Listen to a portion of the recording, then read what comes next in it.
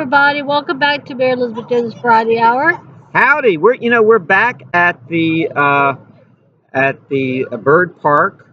We come here every once in a while, usually on very nice days. We have the birds to contend with and all the children, Yes. but that's fine, and all the parents Yes. and their parents, Yes. and the derelict over there, the drunk over there. There's a naked woman over there. Wait, you see her? You see her? See that naked woman? She must have went. She must have gotten in her car. I was like, what? I always say that. I always say it to my friends. Oh, look at the naked woman over there. Where? And then, you missed her. You have to be faster.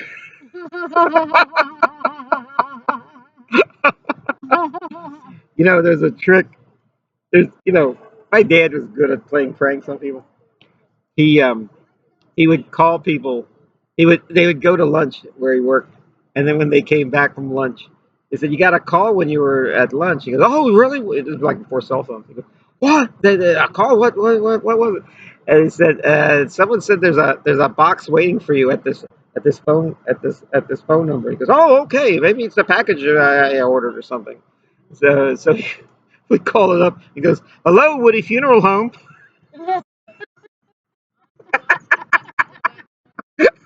Oh, Lord Jesus. Lily Funeral Home. Yeah. And so we would. It's good to be back here at the wonderful. I think I have a fountain here. I think you can see the fountain. Yeah, you can see the fountain behind us. Yeah, Yeah.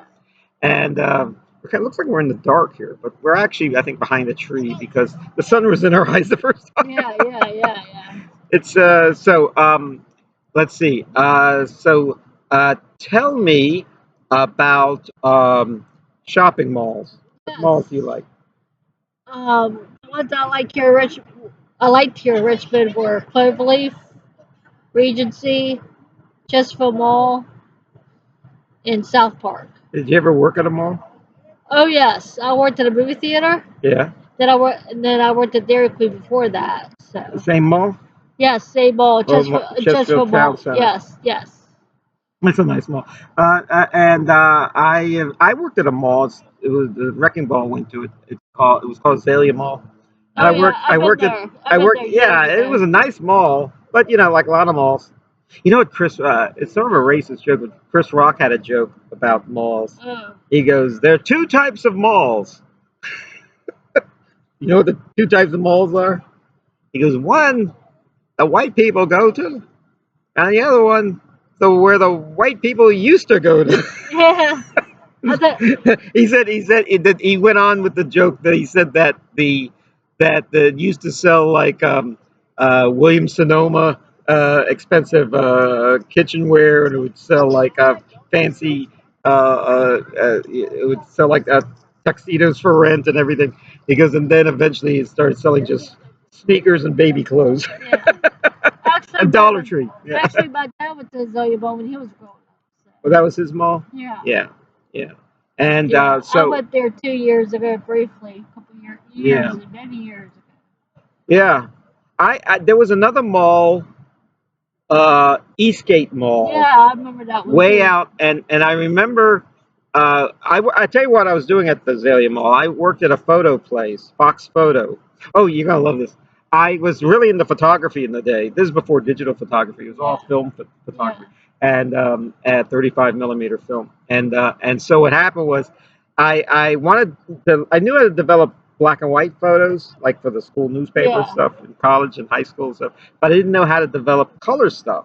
So I thought I could take a class in it, or this is a brilliant idea. Get a job during the vacation break at a photo place and learn how to do it there and get paid for it. See how that works? See what a brilliant idea that was. So uh, what happens is I didn't learn a damn thing. You put it in a machine. You take the roll of film. It's in a canister if you remember, and it would push it all out, and then it would chemicals would come into the machine and it would develop the film, and then it would print the films on the page. And it took like about 10 minutes to do or 15 minutes to do. But I didn't learn anything. Yeah, right. And then Fairfield Commons after that. So. Fairfield. Well, actually, my boss said that how come we don't have a Fox Photo, which was based in San Antonio, Texas? Says, why don't we have a Fox Photo in at Eastgate Mall, Fairfield Commons? And they said that's not a very good. They don't invest in that one because that's not a very good a mall to invest in. Guess what happened? Fairfield Commons is still around while Azalea Mall got the wrecking ball.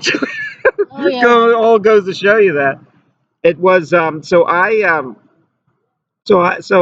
only worked there a few months. I was very frustrated working there because I didn't learn anything. And let me tell you something about 1 hour photo places. Yeah. It's fine if one person an hour comes. But if you have 20 or 30 people, they're there before the hour is up. They're there like 40 minutes later, and they said, "Oh, is my film ready?" And then so you're like, it's. I was huffing and puffing, and they also had a strange. It was one of the first computer jobs I ever had that was actually dictated by computers.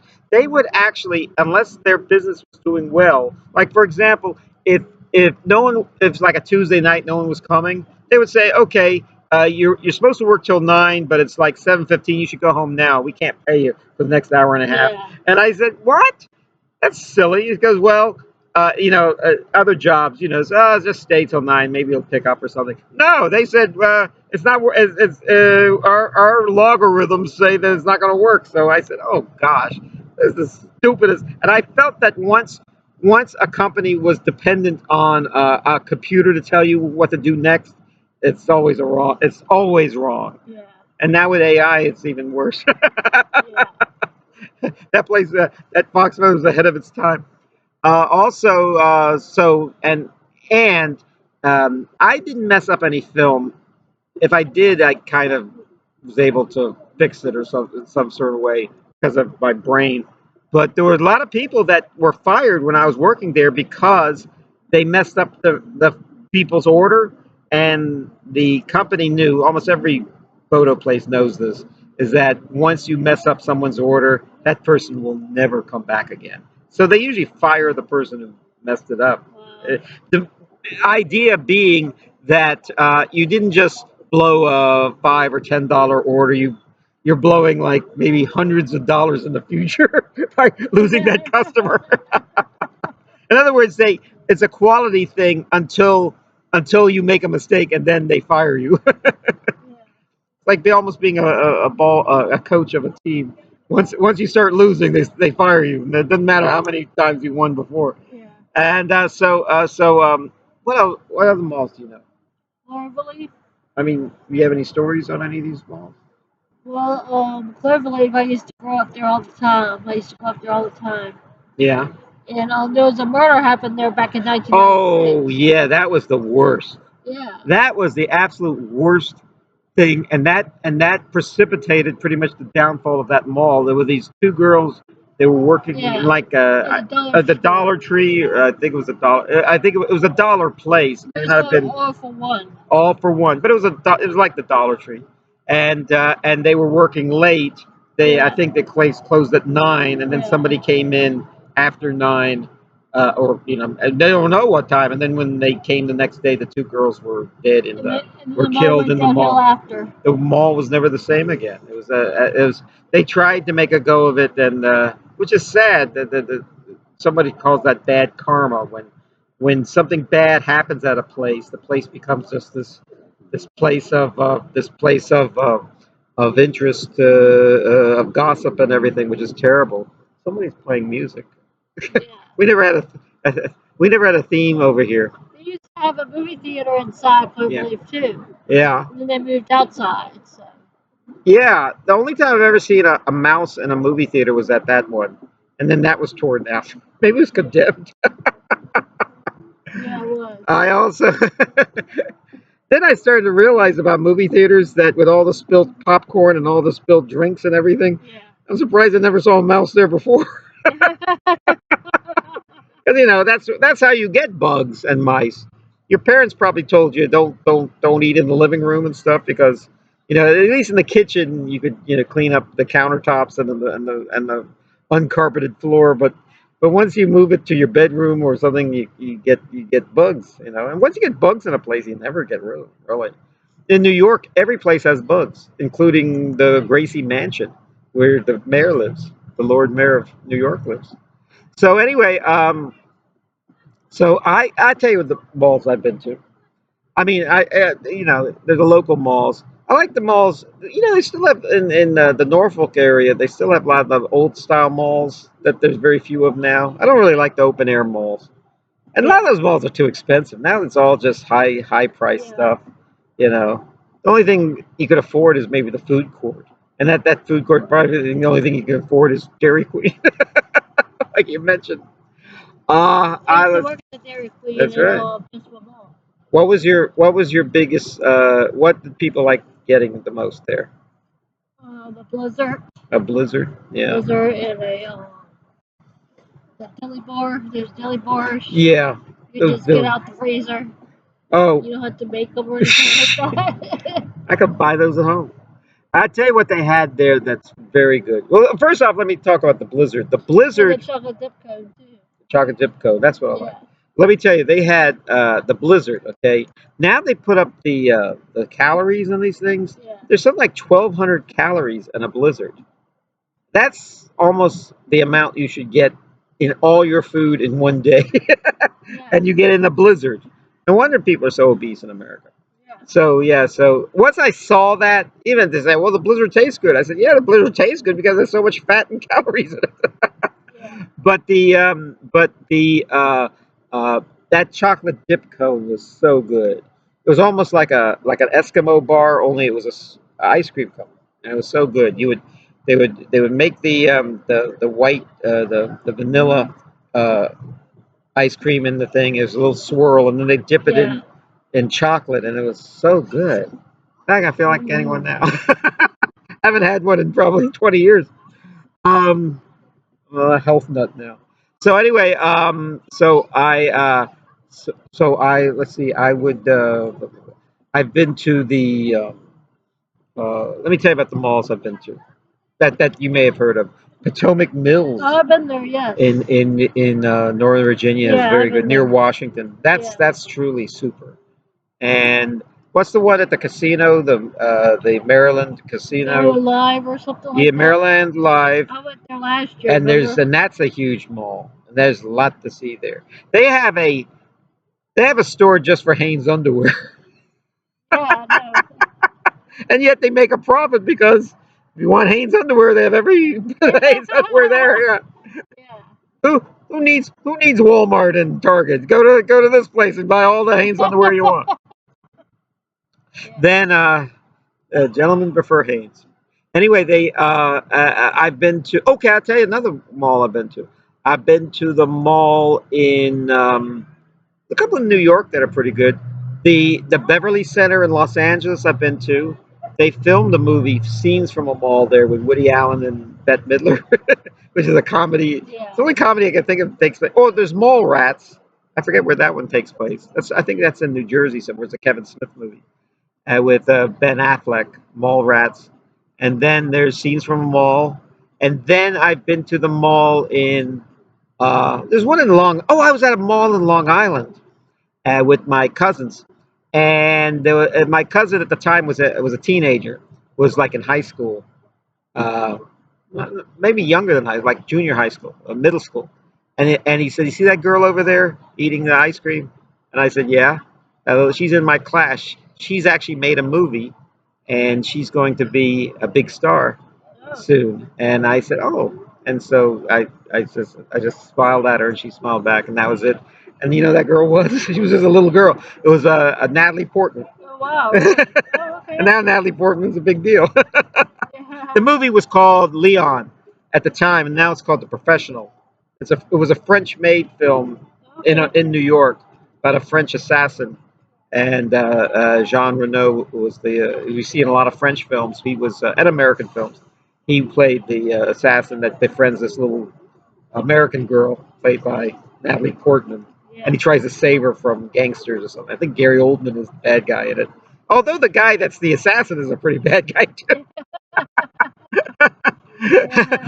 In reality, but in the movie, because he's nice to the little girl, Natalie Portman. Was that? But there I saw Natalie Portman at a mall. I've let's see, the Beverly Center in Hollywood. I was at. Oh, but I tell you the best mall I was at. There was one in Minnesota, the Mall of America, and that was really something. That has like 3 floors of mall of this huge mall. I think where you see Mary Tyler Moore throw her hat in the air at the beginning Oh of her yeah, show. yeah. That's it's at that mall Oh wow. in Minneapolis actually, but it's actually so big. It's in the next town, Bloomington, Minnesota. You can take a bus there, and that's where. And I spent the whole day there. They actually have an amusement park inside the Oh mall wow. with roller coasters and everything, Ferris wheels and everything. It's that big. A Snoopy. I remember the Snoopy characters were there. The Oh Peanuts yeah. characters were the thing.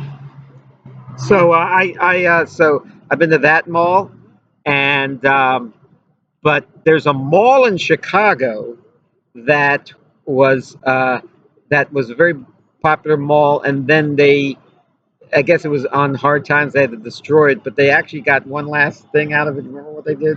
What? You know, you were the one who told me. The Chicago Mall. Oh yes. What happened in that It mall? was called the Dixie Square Mall. Yeah, well, tell us about. Well, they made a film for the Blues Brothers. The Blues Brothers. Yeah, back in 1979, a car ran into it. Then they Right through the front, the Blues yeah Brothers car. Yeah, yeah and then all the police cars followed it, and they destroyed all the stores in it.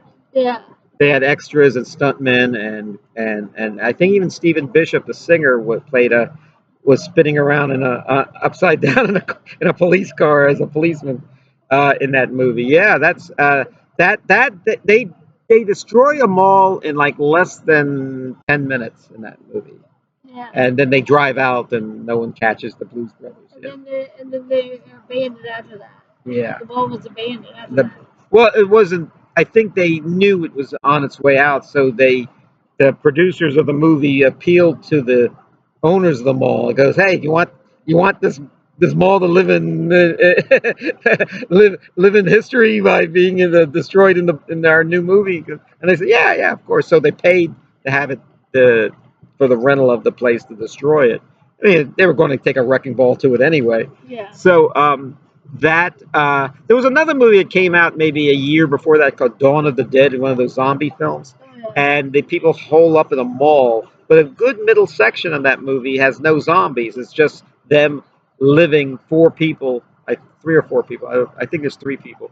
They were living in a mall and just eating all the food, wearing all the clothes, Yeah.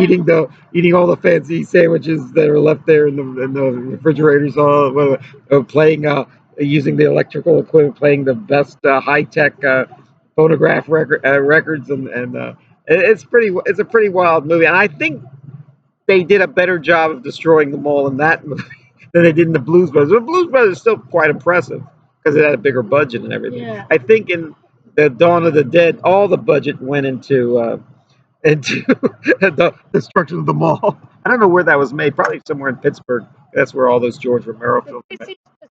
Dixie Square Mall was in Illinois. Illinois, yeah. Oh, it was called Harvey, Illinois. That's where it Harvey, was. suburb of Chicago. Yes, Yeah. that's where it was. Yeah. Oh, by the way, Blues Brothers.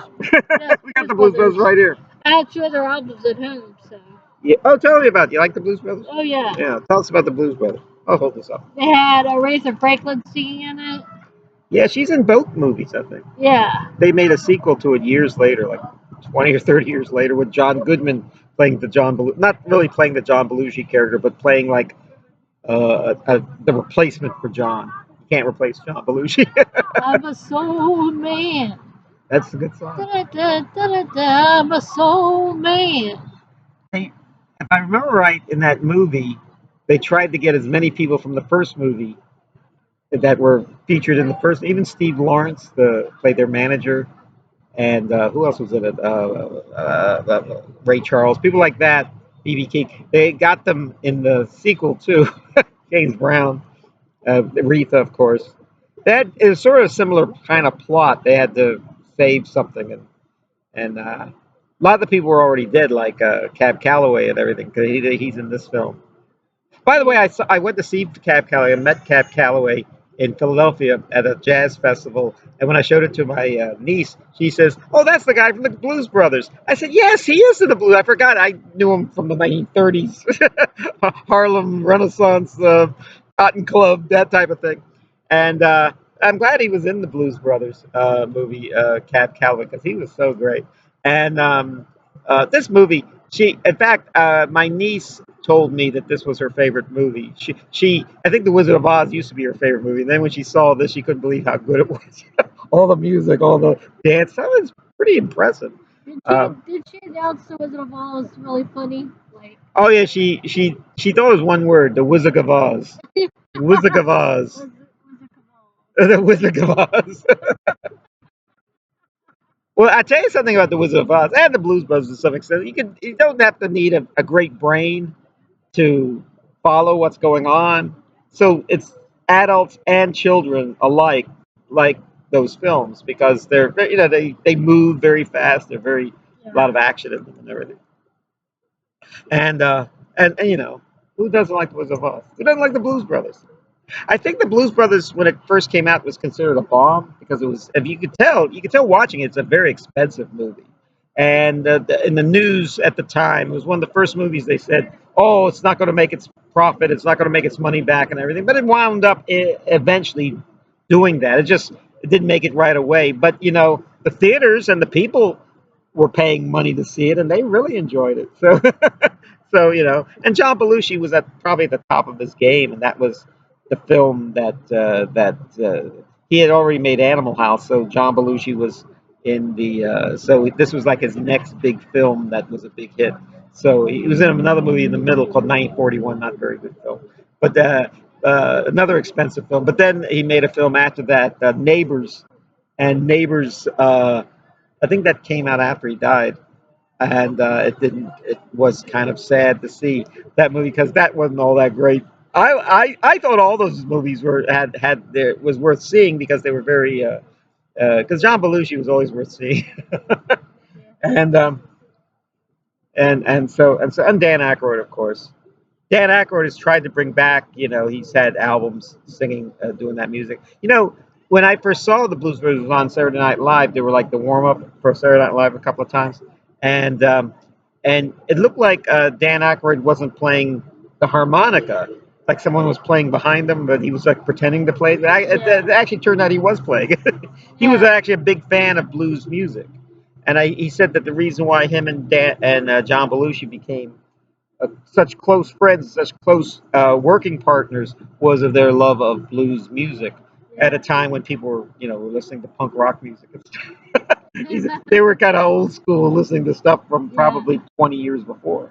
So Yeah. that Atlantic Records type of stuff, Stax Records, Motown music. I love all that music You love too. all that Yeah. stuff, yeah, Isaac Hayes type music, yeah. So there you go. Speaking of speaking of stuff from the '60s and everything. This came out around the same time. Which one do you want to talk about? All that jazz. All that jazz. All that jazz. Such a good movie. I saw this when I was in college, and I thought I couldn't believe a movie could be this good.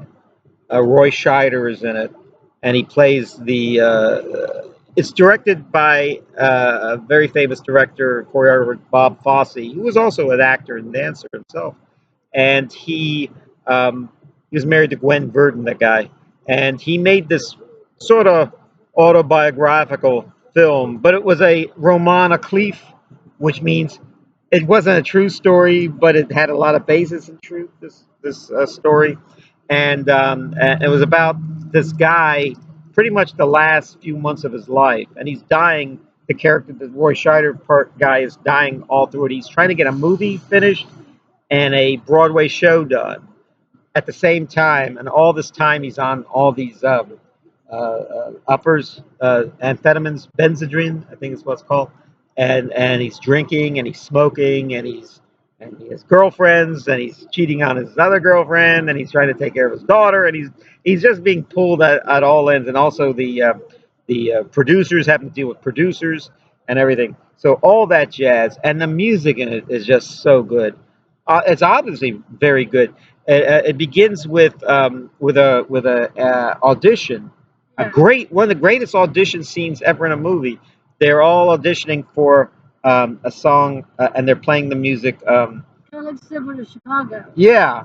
Well, the guy who made this film directed the original Chicago. When the Chicago movie was made, with Richard Gere and Renee Zellweger, that the director knew how good Bob Fosse was and kind of tried to do it in his style. And Chicago, yeah, all that jazz. In fact, all that jazz. That's a good point you made, because that was a song in Chicago, but at that time Chicago was not a movie, so he was able to appropriate it for a movie that was maybe, I don't know, 20 some years before the movie came out of Chicago. And that's probably the best song in Chicago. A lot of good songs in Chicago, but that's the opening song in Chicago. But in fact, the song "All That Jazz" is not in this movie. But the first part of it is an audition, like I mentioned, and the song is by George Benson. They say the neon lights are bright On Broadway. way on Broadway, which was a hit, I think, maybe a few years before that on the top 40. It was of course, it was who was the song? Who was the band that did the Coasters? Not the Coasters. The who was Benny King in?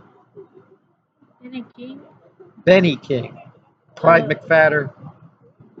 I'll remember it. yeah. Before it was a very popular doo-wop band. Yeah. So anyway, they had another song, "Under the Boardwalk." Yeah.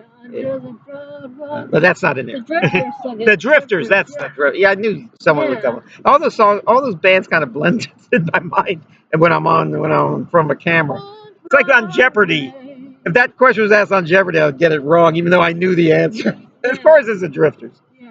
So anyway, what else is in this movie? It has one of my favorite dance scenes ever, and it's a very simple dance scene where the guy's girlfriend and his daughter are doing this dance in their apartment, and it's so simple. It's by Peter Allen. Everything old is new again, Yeah. and there's another part in it, an original song in there about these people doing erotic airlines or something, and it's real Yeah. sexy and everything. Sandal Bergman is in that Yeah. scene. There's also uh, okay. Now this is what I want to tell you.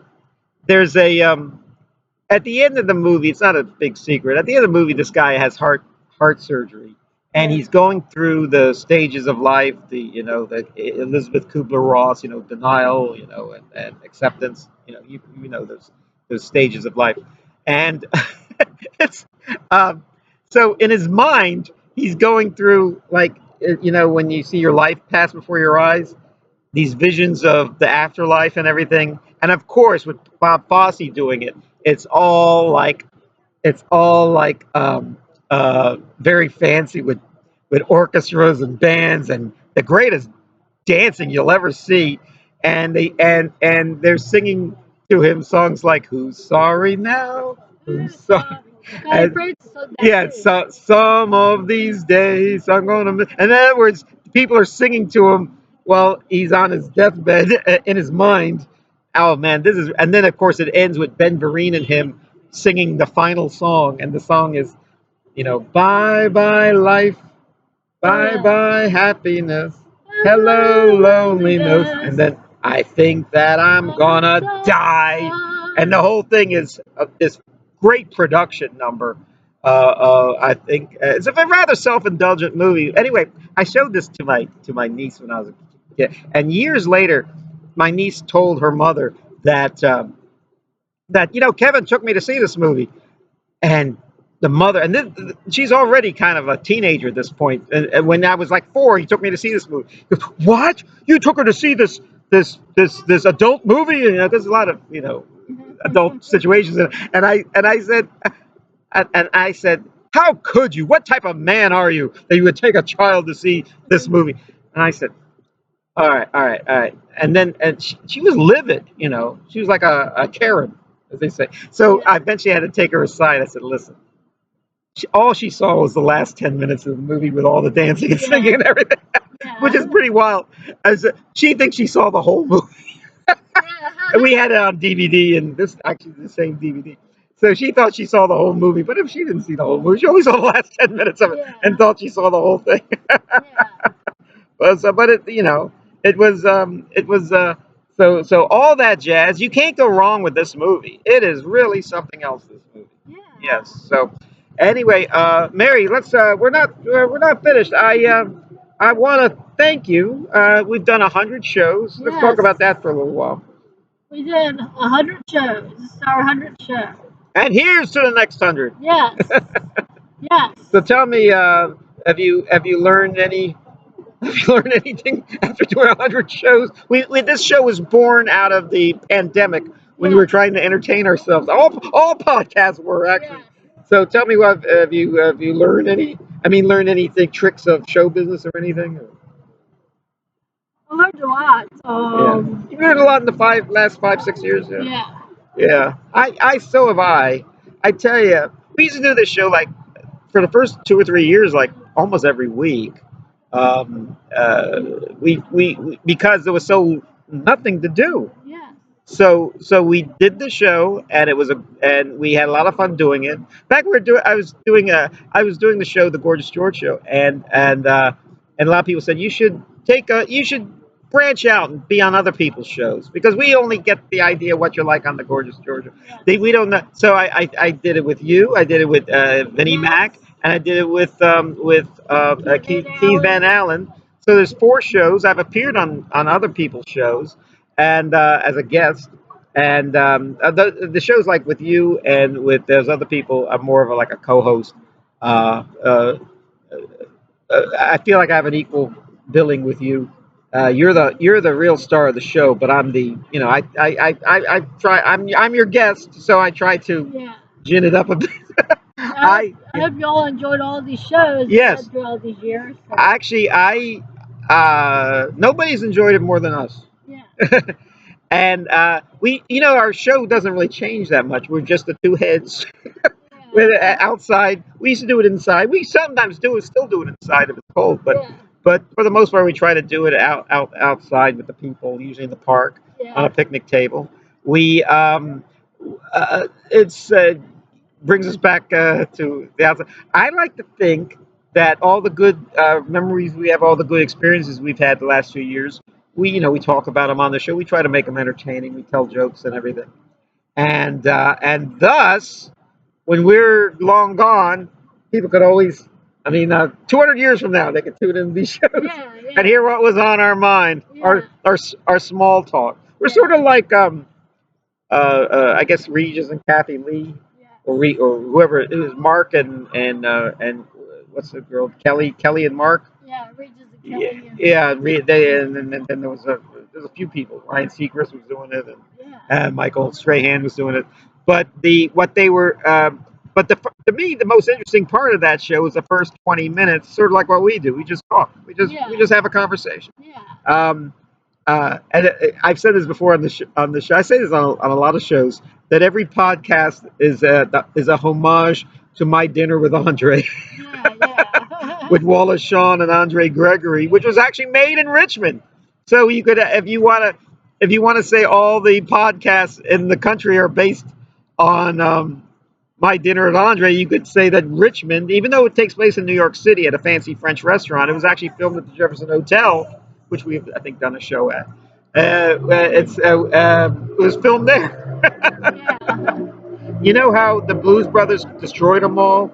That movie I was telling you about, My Dinner with Andre, directed by Louis Malle, that actually brought out from closure the Jefferson Hotel because part of the money in the budget was to make the place refurbish the place and have it open. Now it's Right. probably the fanciest hotel in Richmond, Right. or it used to be. Yeah. Then it was closed, and then because of that movie, as a result of the money for that movie, it was able to refurbish itself, and Yeah. now it's back at back at full strength again. Yeah. But I want to thank you, Mary, for all the wonderful times we have, and this isn't the last show. It sounds like we're doing the last show, but this is the